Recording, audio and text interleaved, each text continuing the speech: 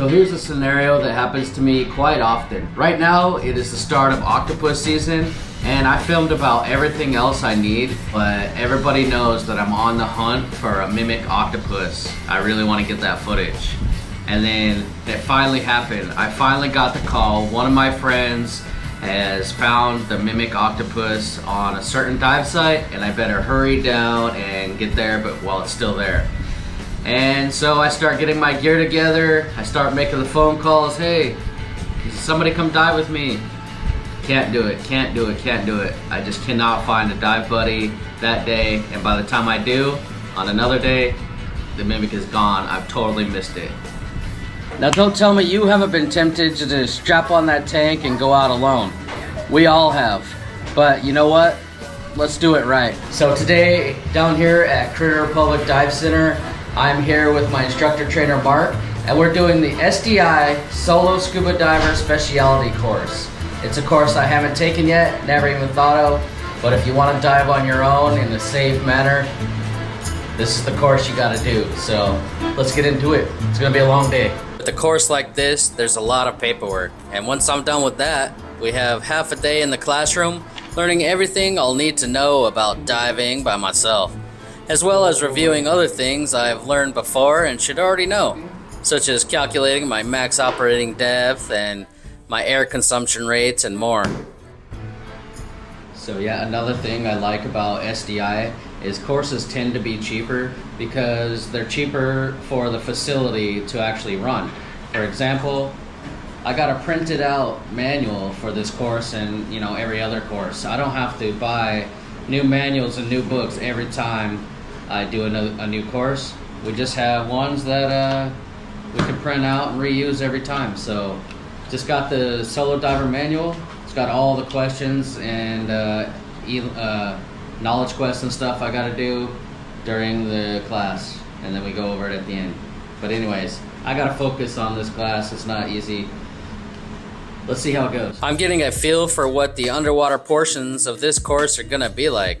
Let's just say there's a big emphasis on proper maintenance of your personal dive gear, proper planning of your actual dive, and overcoming and controlling panic situations. We'll be getting into that a lot during this course. So here at Critter Republic specifically, we have like 10 of these iPads, so the students can fill out their profiles and put their profile photos on tdisdi.com. That's where it shows all your certifications and stuff like that. So we got all these, I don't know if you can see that, but all the students have these little iPads that they can go through the instructor manuals and stuff like that. So we are done with the classroom. It was actually really interesting, a lot more information and things I learned than I anticipated. I did no research coming into this, just wanted to do it, and I learned a lot. One thing that he kind of got in my head was solo diving course is not just for people that are always going to dive solo. It'll actually make you a really, really good dive buddy. So even if you're planning on diving with whoever, or you're going to live aboard and you don't know who your dive buddies are, you're going to be an awesome dive buddy for now on. For today, I'm using my usual dive gear. My X-Deep backplate style BCD will come in handy here, since it already has the D-rings I'll be needing. As usual, I have my trusty Aqualung DIN type regulator with my primary Donate long hose. Here's my stage tank I'll be using today and my independent regulator. So with this BCD, I already got the clips. So this clip is going to go right here on the top, and this clip will go on my side right there. You see that?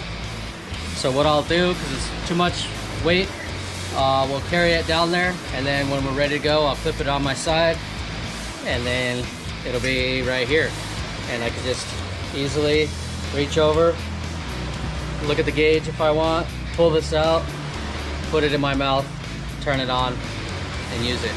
So if you're taking the course and you don't have the back plate, well, if you're taking the course down here, we actually teach in back plate BCDs. But if you have your own gear or you're doing it at another SDI facility, your instructor will get you set up so you can carry these tanks.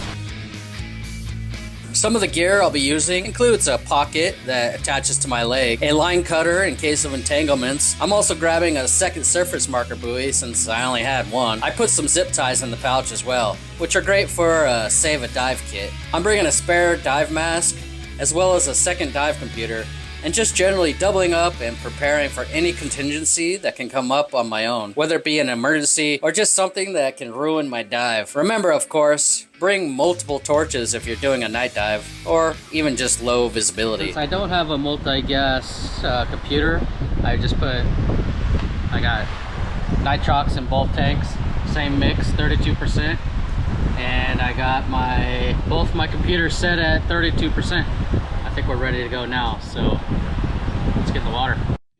During my pre-dive briefing, where my instructor lets me know the skills and exercises we will be practicing, he also tells me that a good way to do a bubble check on my own is to have a mirror on my wrist so that I can see my tank valve behind me. Bubble checks are something a dive buddy would normally do with you. The responsible pre-dive preparation and checks is a little more extensive when diving alone. Making sure you have everything and that everything is working properly, just to make sure to mitigate any problems that can be anticipated. Soon enough, it's time to dive.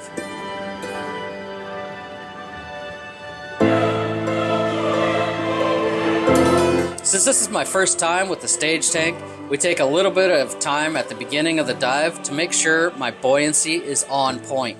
As we will state many times in this skill series, good buoyancy control is one of the main pillars of scuba diving, and there's no point in continuing this solo course until my instructor can see that my buoyancy is great. So we'll do a few exercises such as hovering in place, the helicopter, and eventually removing and replacing the tank, all while staying at that same level, of course.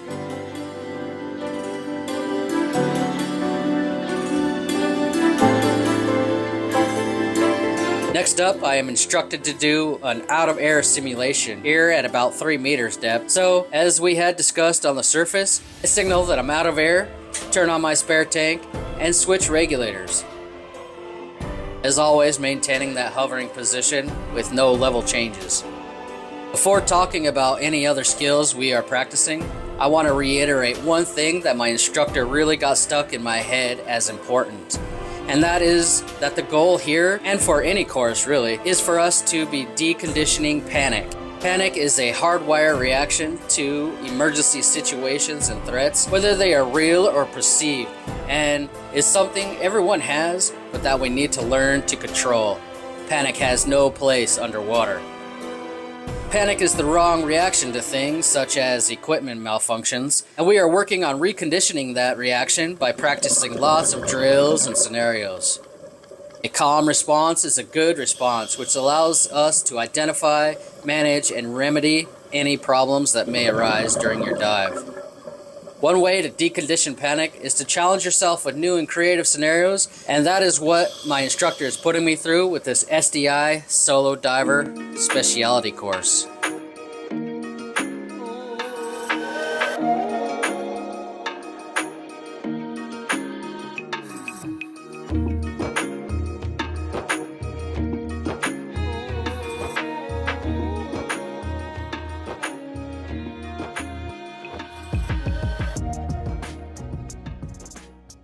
So that's a really awesome course. That was a lot of fun.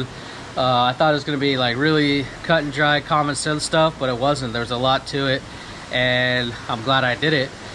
It doesn't just make you like a good solo diver or a really good dive buddy for whoever you're diving with. It also kind of gives you like some more confidence, and you feel like a better diver at the end of this course. So I definitely recommend this one. It's a serious course. There's a lot of prerequisites, but yeah, if you guys want to come down here, my instructor trainer, we got one here at the shop. We can do every course, but in particular the SDI Solo Self-Reliant Diver. So yeah, highly recommended. So if you like this video, let me know in the comments below, because we got a whole lot more videos coming like this. We got side mount, intro to tech, and a whole bunch of other courses that me and Elvis and my instructor are making videos about. So yeah, I will see you guys on the next one.